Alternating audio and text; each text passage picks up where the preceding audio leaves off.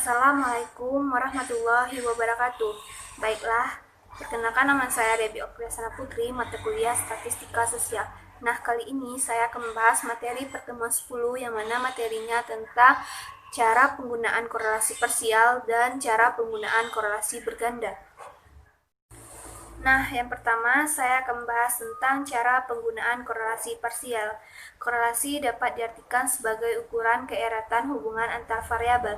Dalam hal ini, untuk mengetahui keeratan satu variabel dengan variabel lainnya, kita harus menggunakan paling tidak satu variabel sebagai prediktor atau independen bebas, yaitu variabel mempengaruhi atau menjelaskan terjadinya variabel lain, dan satu lagi variabel prediktan atau dependen terikat, yaitu variabel yang dipengaruhi atau tergantung oleh variabel lainnya. Nah, sedangkan korelasi parsial adalah korelasi yang digunakan untuk mengetahui hubungan antar variabel, di mana dalam hal ini terdapat variabel lain atau variabel ketiga yang konstan atau variabel kontrol. Baiklah, di sini saya mengambil contoh tentang seorang mahasiswa pendidikan matematika Universitas 10 melakukan penelitian dengan menerapkan sebuah model pembelajaran kooperatif. Di sini, dengan menerapkan model tersebut dapat mempengaruhi motivasi belajar siswa sehingga prestasinya dapat meningkat. Nah, variabel yang ia gunakan berupa prestasi belajar, IQ siswa, motivasi belajar, atau variabel kontrol. Nah, berikut data yang diperoleh dari 25 siswa. Nah, selanjutnya langkah-langkah pengolahan data dengan SPSS. Yang pertama, buka aplikasi SPSS terlebih dahulu. Yang kedua, isi variabel view yang ada di sebelah kiri bawah, yaitu dengan baris pertama pada kolom name ketik prestasi type numerik, kolom desimal rubah menjadi 0, lalu label ketik prestasi belajar, kolom lain pada baris ini biarkan saja. Yang ketiga, baris kedua pada kolom name ketik IQ type numerik, kolom desimal rubah menjadi 0 dengan label ketik IQ siswa. Kolom lain dengan baris ini biarkan saja. Yang keempat, baris ketiga pada kolom name ketik motivasi tipe numerik, kolom desimal rubah menjadi 0, lalu label ketik motivasi belajar. Kolom lain pada baris ini abaikan saja. Nah, bila sudah diisi langkah 2, 3, dan 4, terlihat seperti gambar yang saya sajikan di PPT saya. Nah, ini gambarnya. Nah, selanjutnya klik data view ada di sebelah kiri bawah atau di samping variabel view.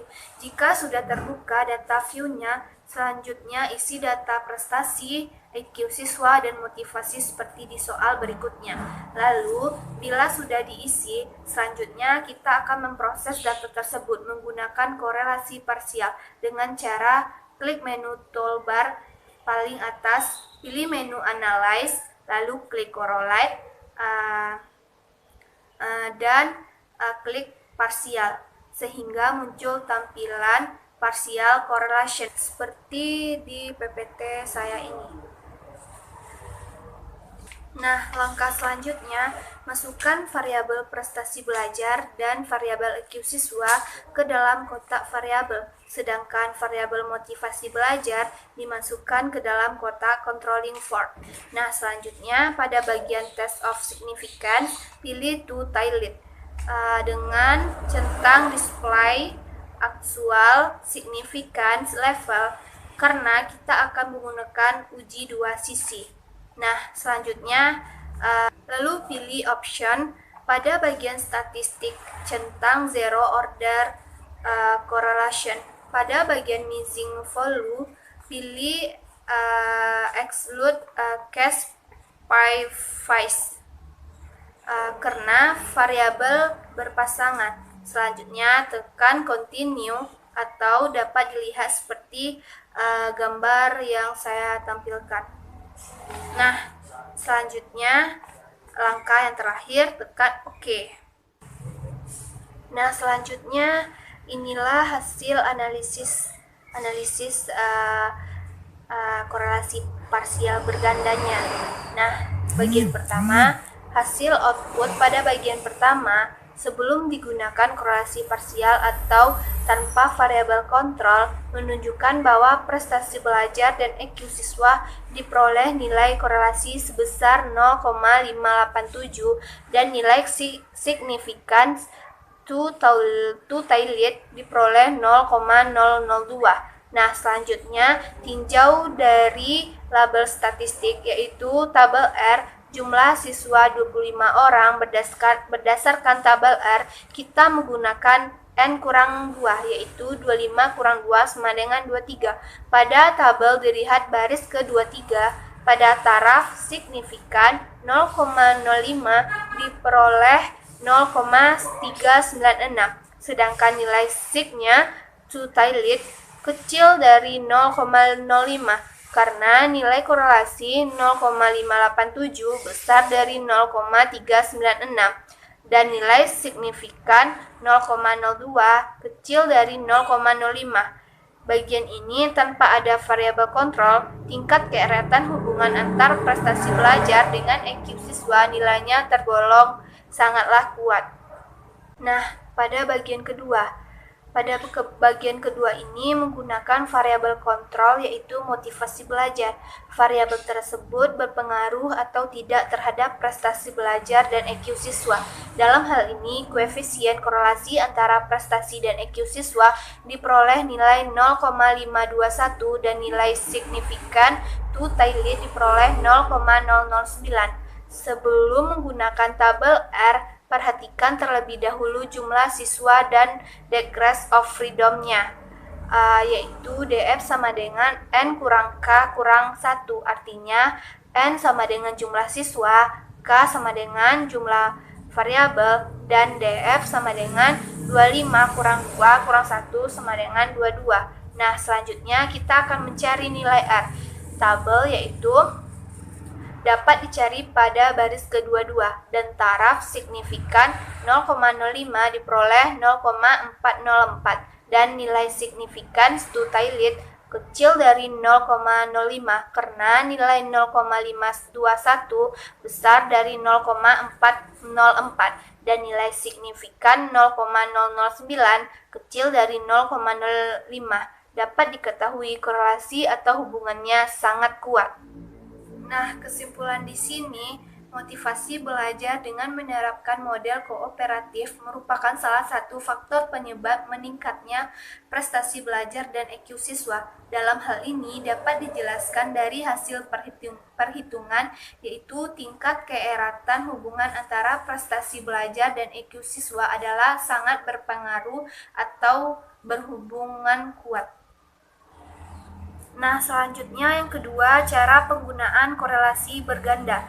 Nah, di sini saya mengambil contoh tentang hubungan kompetensi dan motivasi terhadap kinerja pegawai negeri Kota Surakarta 2014. Nah, identifikasi dan ketentuan-ketentuannya adalah yang pertama variabel kompetensi yaitu X1, variabel motivasi X2, variabel kinerja Y, dan sampel sebanyak N sama dengan 84 orang dengan taraf 4 signifikasi A sama dengan 0,05. Nah, selanjutnya langkah-langkah uji korelasi berganda dengan menggunakan SPSS. Nah, yang pertama kita terlebih dahulu buka aplikasi SPSS. Nah, kemudian buka file dengan nama untitled korelasi 2. Maka akan muncul data sebagaimana gambar yang saya tampilkan di PPT saya ini. Nah, kemudian klik analyze, kemudian pilih regression dan pilih linear, maka akan muncul kotak linear regression seperti gambar berikut ini. Selanjutnya, masukkan variabel kinerja Y dengan cara mengklik tanda dependent, kemudian variabel kompetensi X1 dan motivasi X2 ke kotak independen. Maka hasilnya seperti gambar yang saya tampilkan. Nah, lalu klik statistik dan tandai pada kota estimatis, model fit, dan R-Squarcheng, lalu klik continue, selanjutnya baru klik OK.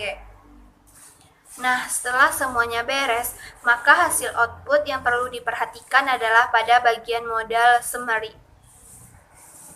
Nah, terlihat bagian modelnya seperti ini.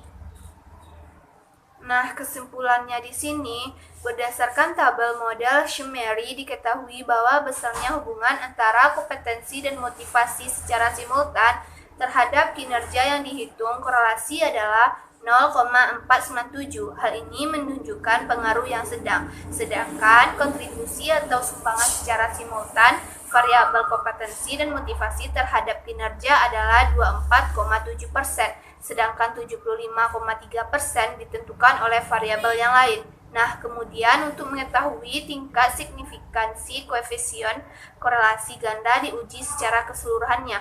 Hipotesis yang diajukan dalam pembahasan ini adalah H0, kompetensi dan motivasi tidak berhubungan secara simultan dan signifikan terhadap kinerja, sedangkan HA adalah kompetensi dan motivasi berhubungan simultan dan signifikan terhadap kinerja. Nah, berdasarkan tabel model summary diperoleh nilai probabilitas sig F-Cheng sama dengan 0,000 karena nilai sig F-Cheng 0,00 kecil dari 0,05, maka keputusan adalah H0 ditolak dan H diterima. Artinya di sini kompetensi dan motivasi berhubungan secara simultan dan signifikan terhadap kinerja negeri kota Surakarta tahun 2014. Nah, sampai di sini dulu materi dari saya. Wassalamualaikum warahmatullahi wabarakatuh.